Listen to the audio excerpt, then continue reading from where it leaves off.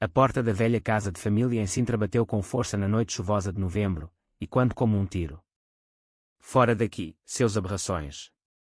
Não queremos dois viados sujando o nome dos Carter, gritou o pai, os olhos injetados de ódio e álcool, enquanto empurrava os dois filhos gêmeos para a rua molhada.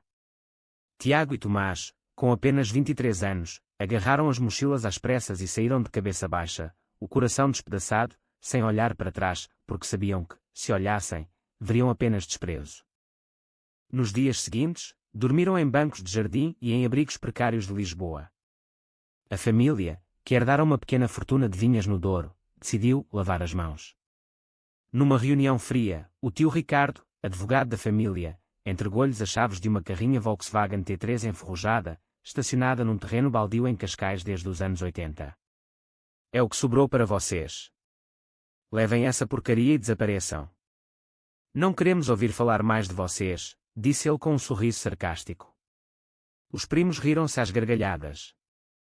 Para eles, era o presente perfeito, um ferro velho sobre rodas, símbolo do quanto os gêmeos valiam, nada. Tiago pegou nas chaves sem dizer palavra.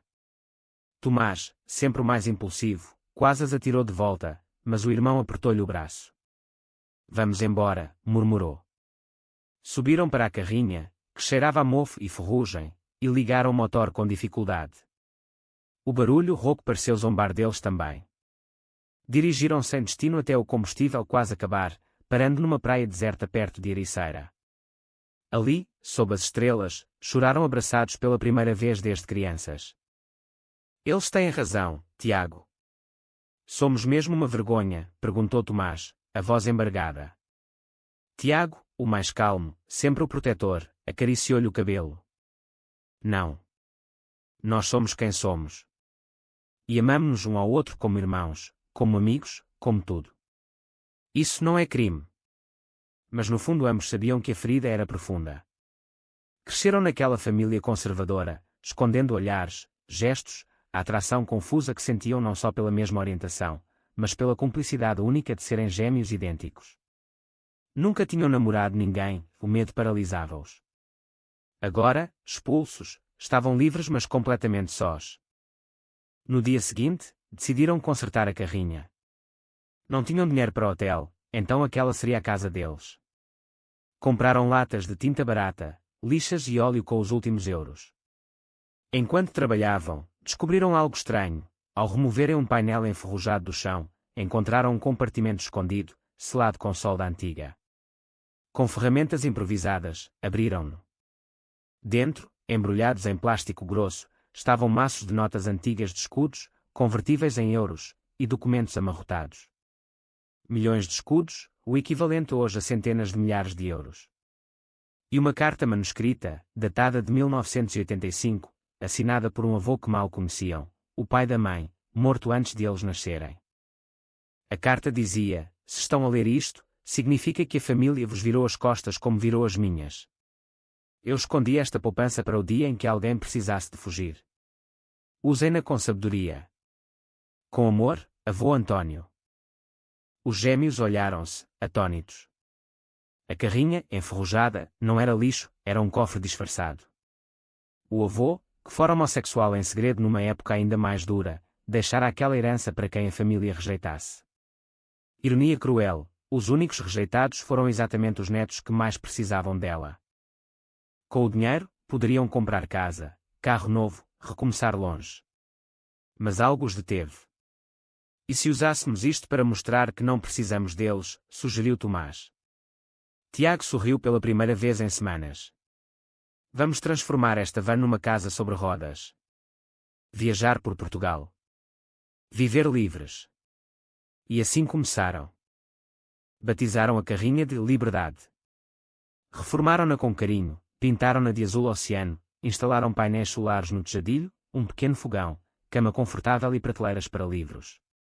Transformaram o ferro velho num lar acolhedor, cheio de plantas e fotografias Polaroid dos dois sorrindo em praias desertas. Partiram rumo ao norte, pelo litoral. Em Aveiro, conheceram Sofia, uma rapariga trans de 25 anos que trabalhava num café à beira da ria. Ela reconheceu neles o olhar de quem fugia de algo. Também já fui expulsa de casa aos 18, contou ela uma noite, enquanto partilhavam vinho verde. Sofia tornou-se a primeira amiga verdadeira dos gêmeos. Ajudou-os a arranjar documentos novos, ensinou-os a lidar com olhares curiosos nas bombas de gasolina. Mas a paz durou pouco. Uma fotografia dos dois abraçados na praia, tirada por Sofia, acabou publicada num grupo local de Facebook. Alguém da família viu. Em menos de uma semana, o tio Ricardo telefonou, voz falsamente doce: ouvimos que estão bem. Que tal voltarem para casa? Podemos esquecer o passado. Tiago desligou. Sabiam que era mentira, queriam apenas o dinheiro que agora suspeitavam existir. Em Coimbra, enquanto visitavam a universidade, Tomás conheceu Lucas, um estudante de arquitetura de 24 anos, alto, moreno, com um sorriso que iluminava tudo. Lucas era abertamente gay, ativista no movimento LGBT local. Quando os olhos deles se cruzaram na livraria antiga, algo estalou. Conversaram horas sobre livros, sobre Camões, sobre o medo de ser quem se é. Lucas convidou Tomás para um concerto de fado numa associação cultural. Tiago incentivou o irmão: vai. Mereces ser feliz. Naquela noite, Tomás beijou Lucas pela primeira vez sob as luzes suaves do jardim da associação. Foi terno, tímido, cheio de anos reprimidos. Quando voltou à van de madrugada, os olhos brilhando, Tiago abraçou-o forte. Estou tão orgulhoso de ti. Mas no fundo sentia uma pontada de ciúme, não romântico, mas o medo ancestral de perder a única pessoa que sempre tivera. Dias depois, Lucas apresentou-os ao seu grupo de amigos, rapazes e raparigas que eram de várias idades, que organizavam eventos culturais e apoio psicológico. Pela primeira vez, os gêmeos sentiram que pertenciam a algum lugar. Tiago, mais reservado, começou a abrir-se com Miguel, um professor de literatura de 30 anos, viúvo, que perdera o companheiro num acidente. As conversas entre eles eram profundas, sobre poesia, sobre dor, sobre a beleza de amar apesar de tudo. Mas a família não desistia. Um detetive particular contratado pelo tio começou a segui-los discretamente. Fotografias dos gêmeos com o novo círculo de amigos chegaram à mesa da família Carter. Prova irrefutável de que são uma vergonha, exclamou a mãe, que até então se mantivera calada. Decidiram agir, processar os gêmeos por roubo da carrinha, alegando que ela pertencia ao património familiar. O processo caiu como uma bomba. Os gêmeos receberam a notificação numa paragem em Viseu. Eles querem tirar-nos a liberdade, disse Tomás, pálido. Sofia e Lucas ajudaram a contratar uma advogada progressista do Porto, Margarida, que se apaixonara pela causa. Vamos provar que a carrinha foi doada formalmente e que o dinheiro encontrado pertence legitimamente a vocês por herança indireta, explicou ela. Mas o julgamento exigia que voltassem a Sintra. O medo apertou o peito dos dois. E se nos virem com os nossos amigos? Vão usar isso contra nós, temeu Tiago. Mesmo assim, enfrentaram. No tribunal, a família apresentou-se em peso, pais, tios, primos, todos vestidos com arrogância. O pai dos gêmeos nem olhava para eles. Quando Tomás subiu ao estrado, o advogado da família perguntou com veneno: não é verdade que vive uma vida imoral com o seu irmão e outros indivíduos do mesmo sexo? O silêncio na sala foi ensurdecedor. Tomás engoliu em seco. Vivo com o meu irmão, que é a minha família verdadeira. E amo quem amo. Isso não é crime. Tiago, ao ouvir o irmão, sentiu orgulho imenso. Quando foi a sua vez, falou com voz firme: fomos expulsos por sermos quem somos. Mas encontramos amor e aceitação fora destas paredes frias. Não queremos o vosso dinheiro nem o vosso nome. Só queremos viver em paz. A advogada Margarida apresentou a carta do avô António, autenticada por peritos. O juiz, visivelmente comovido, leu trechos em voz alta. A família empalideceu. O avô, homossexual reprimido, deixara aquela herança exatamente para proteger alguém como os netos. O processo foi arquivado.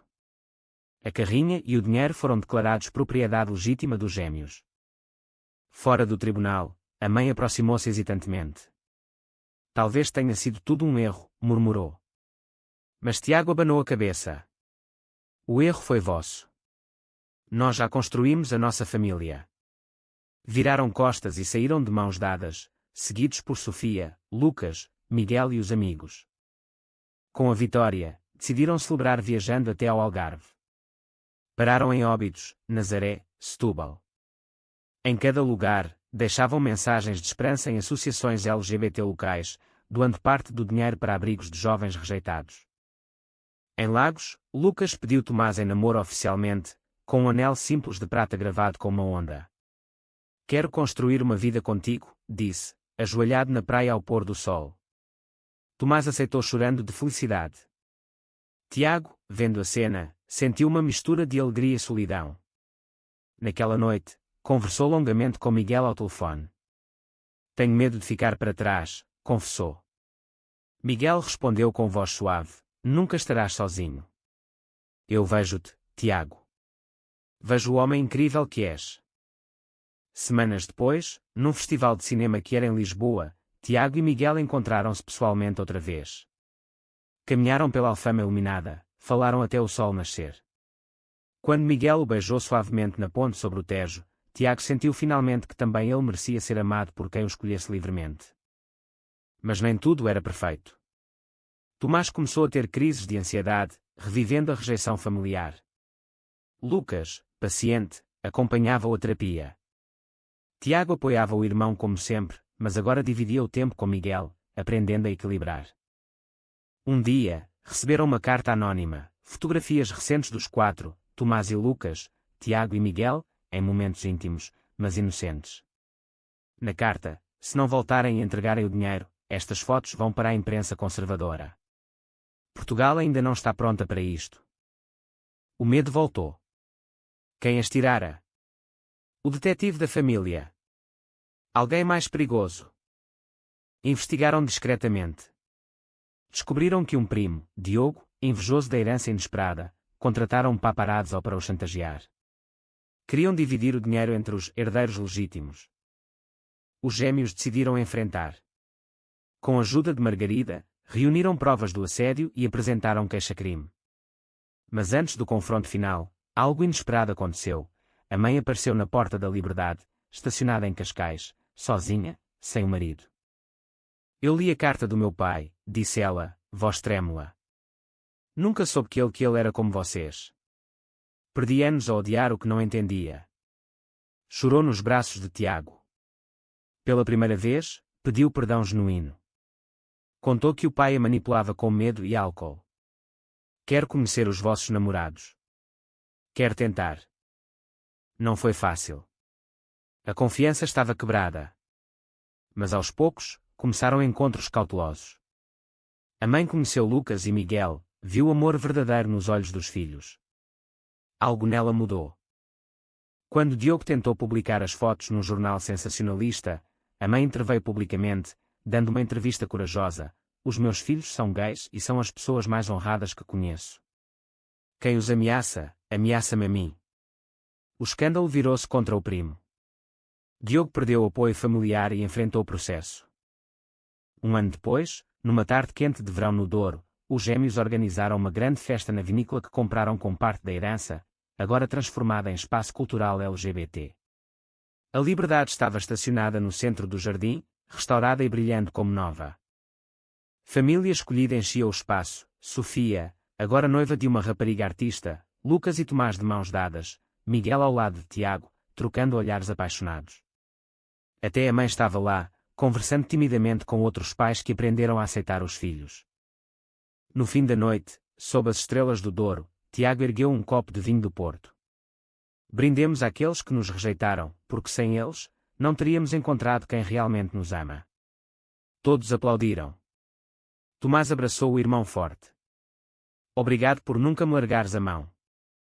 A velha vana enferrujada, que a família dera para os humilhar, tornara-se o símbolo da maior vitória, a liberdade de amar sem medo, de construir família onde o coração manda.